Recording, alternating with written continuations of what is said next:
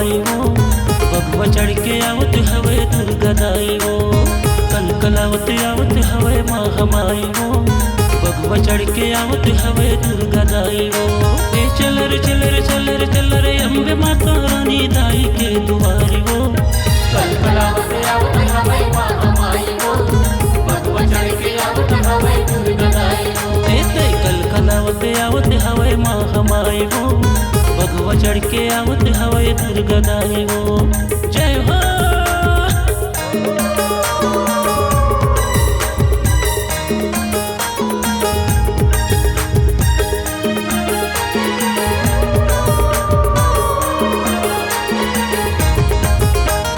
चंपा चमेली कत्ती मंदार के फुलवा लगे तोर अंगना मावो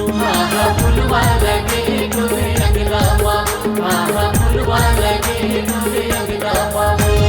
दर्शन पर आए हैं सब नर नारी दाई मेला लगे तोर पूना मावो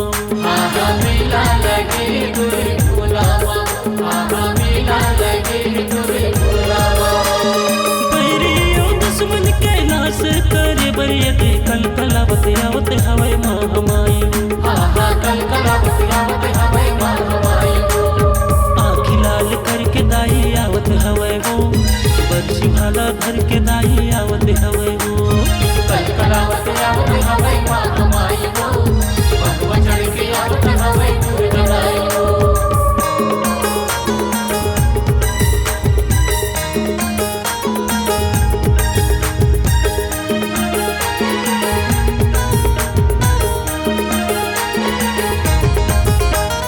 लाली चुनरिया ते ओढ़े महामाई दाई बघवा के करे ते सवारी दाई